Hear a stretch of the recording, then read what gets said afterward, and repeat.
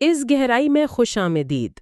آج ہمارے سامنے جو مواد ہے وہ عالمی سیاست میں ایک بہت بڑی تبدیلی کی طرف اشارہ کر رہا ہے، جی اور اس کی شروعات ہوتی ہے وینزویلا میں پیش آنے والے ایک واقعے سے۔ بالکل۔ بنیادی خیال یہ ہے کہ طاقت کا اصول، یعنی جس کی لاٹھی اس کی بھینس، ایک بار پھر عالمی منظرنامے پر واپس آ رہا ہے۔ تو آج ہمارا مقصد یہ سمجھنا ہے کہ اس کا مطلب کیا ہے اور یہ تبدیلی عالمی نظام کو کیسے متاثر کر رہی ہے۔ جی، اور یہ مواد اس لحاظ سے بہت دلچسپ ہے کہ یہ ایک واقعے کو لے کر اس کے پیچھے چھپے گہرے رجحانات کو بے نقاب کرتا ہے۔ یہاں دلیل یہ دی جا رہی ہے کہ پرانے سامراجی نظریات، جنہیں ہم تاریخ کا حصہ سمجھ بیٹھے تھے، بالکل، وہ اب نئے ناموں اور آپ کہہ لیں نئی شکلوں میں واپس آ رہے ہیں۔ یہ ایک طرح کی یاد دہانی ہے کہ جب بڑی طاقتیں خود کو عالمی قانونوں سے بالاتر سمجھنا شروع کر دیتی ہیں تو پھر اصولوں کی نہیں،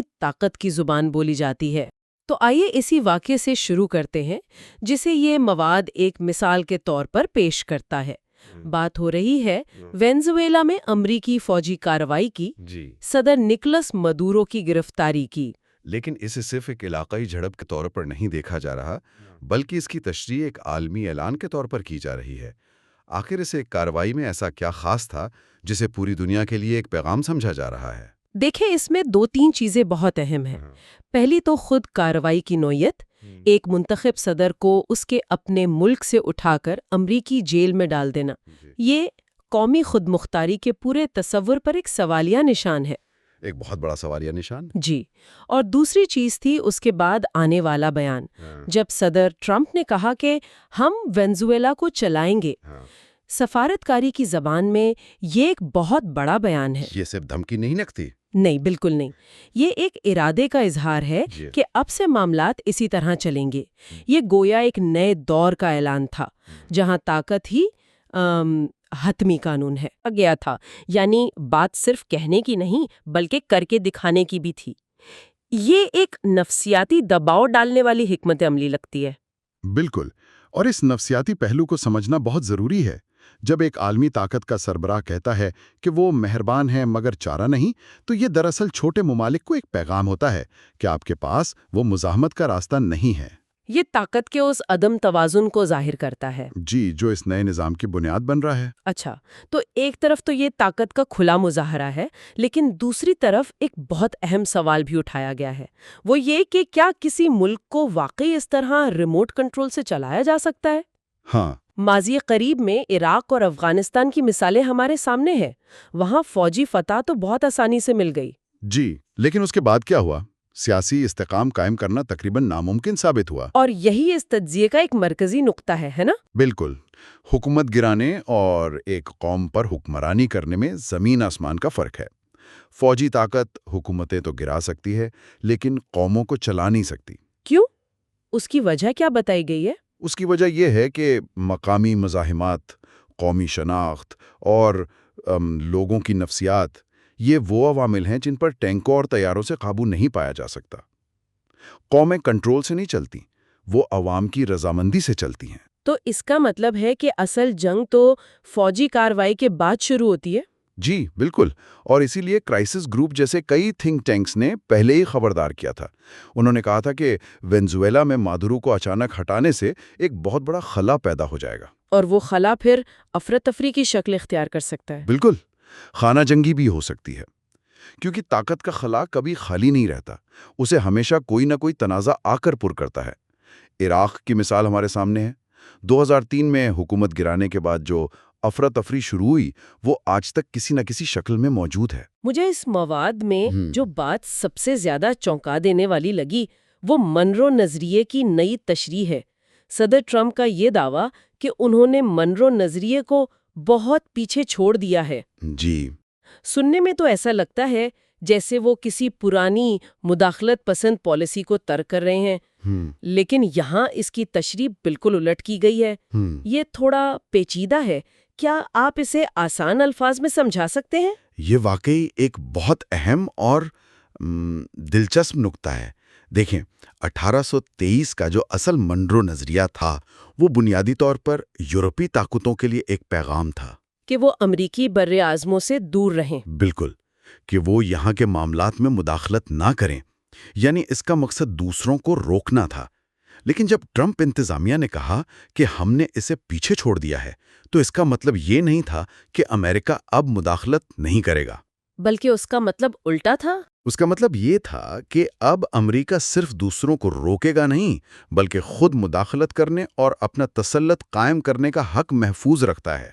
یہ ایک دفاعی نظریے سے جارحانہ نظریے کی طرف ایک بہت بڑی تبدیلی تھی۔ اچھا، تو پیچھے چھوڑنے کا مطلب اسے مزید جارحانہ بنانا تھا۔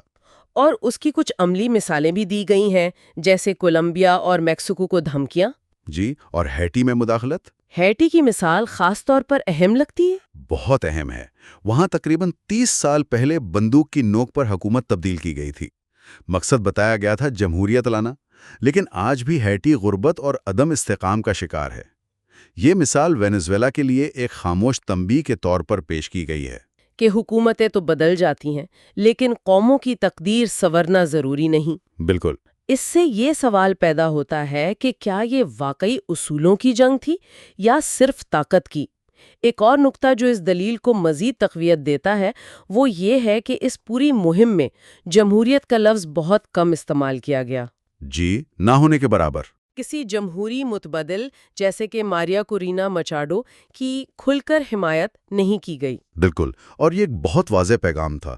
اگر مقصد جمہوریت کی بحالی ہوتا تو کسی جمہوری رہنما کو آگے لایا جاتا، عوام کو اعتماد میں لیا جاتا۔ لیکن جب آپ کسی متبادل کا نام نہیں لیتے تو آپ یہ کہہ رہے ہوتے ہیں کہ فیصلہ وینزویلا کے عوام نہیں کریں گے۔ جی، کہ فیصلہ ہم کریں گے۔ اس سے جمہوریت کا پورا تصور ایک نعرے سے زیادہ کچھ نہیں رہتا۔ بحث اس بات پر نہیں ہوتی کہ کون سا نظام بہتر ہے، بلکہ اس بات پر ہوتی ہے کہ طاقت کس کے ہاتھ میں ہوگی۔ تو اگر بیرونی طاقت اتنی غالب آ رہی ہے اور فوجی کارروائی کی حدود بھی ہم نے دیکھ لیں، تو پھر سوال یہ پیدا ہوتا ہے کہ ممالک اپنی حفاظت کیسے کریں؟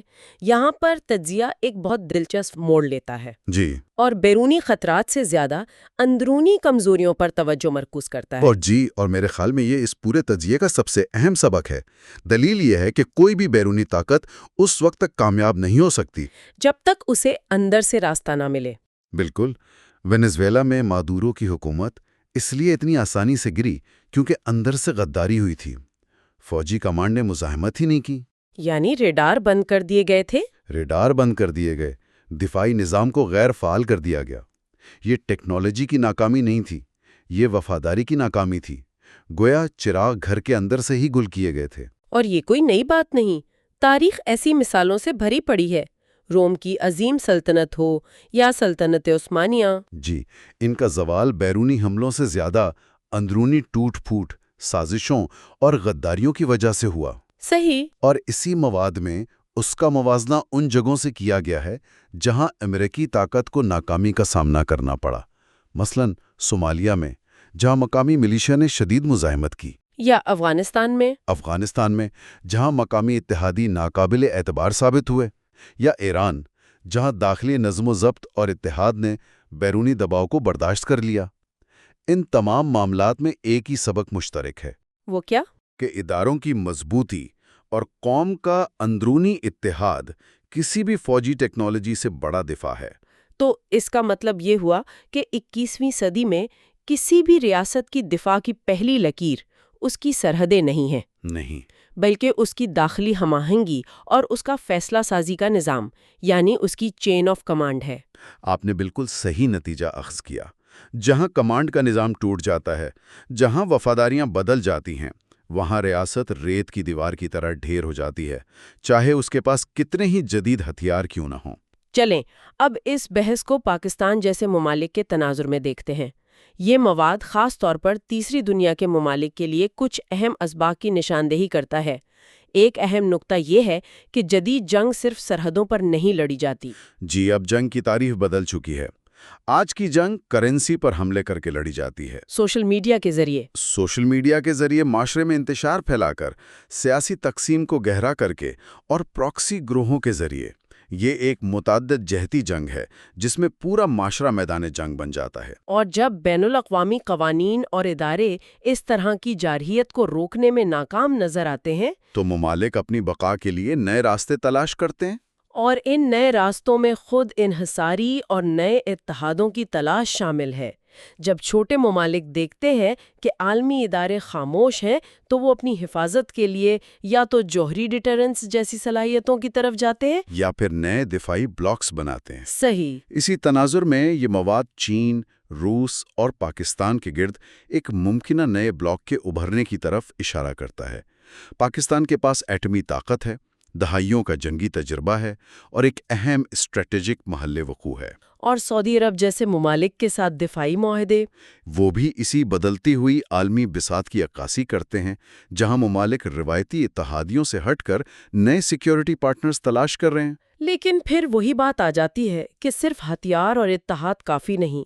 تجزیہ بار بار اسی ایک نقطے پر واپس آتا ہے، چین آف کمانڈ۔ جی، یہ کہا جا رہا ہے کہ جدید جنگ میں اصل ہدف ٹینک، بحری جہاز یا فوجی اڈے نہیں، بلکہ ریاست کا اعصابی نظام یعنی اس کے فیصلہ سازی کے مراکز ہیں۔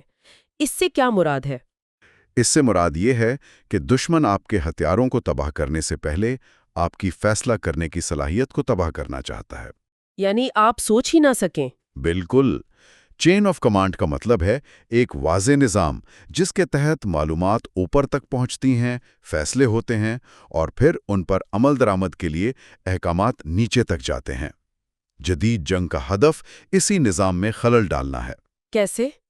غلط معلومات پھیلا کر قیادت کو گمراہ کرنا، فیصلوں میں تاخیر پیدا کرنا یا حکم کی تعمیل کرنے والوں اور حکم دینے والوں کے درمیان بداعتمادی پیدا کرنا۔ تو پاکستان جیسے ملک کے لیے بنیادی پیغام یہ ہے کہ اس کا سب سے بڑا دفاع میزائل یا ٹینک نہیں، بلکہ ایک متحد اور ناقابل تسخیر چین آف کمانڈ ہے۔ بالکل۔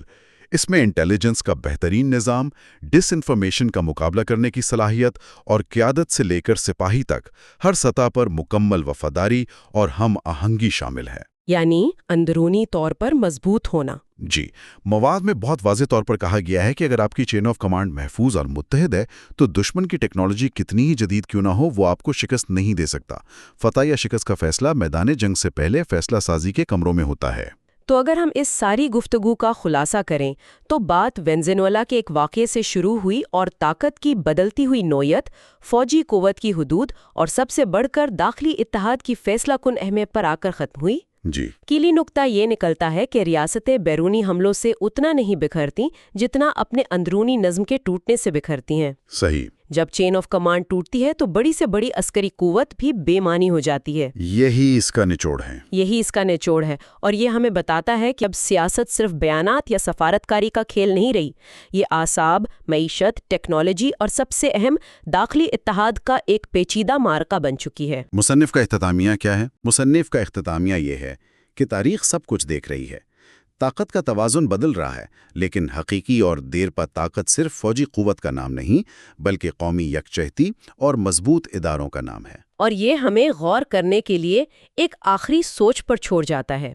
مواد میں یہ تجویز کیا گیا ہے کہ تاریخ ایک بہت صابر منصف ہے۔ جی، وہ طاقت جو انصاف اور اصولوں پر مبنی نہ ہو وہ عارضی ہوتی ہے۔ یہ ہمیں سوچنے پر مجبور کرتا ہے کہ اس نئے دور میں جہاں طاقت ہی اصول بنتی جا رہی ہے وہاں انصاف کا کیا کردار باقی رہ گیا ہے، اور تاریخ کیا فیصلہ کرے گی؟ بالکل۔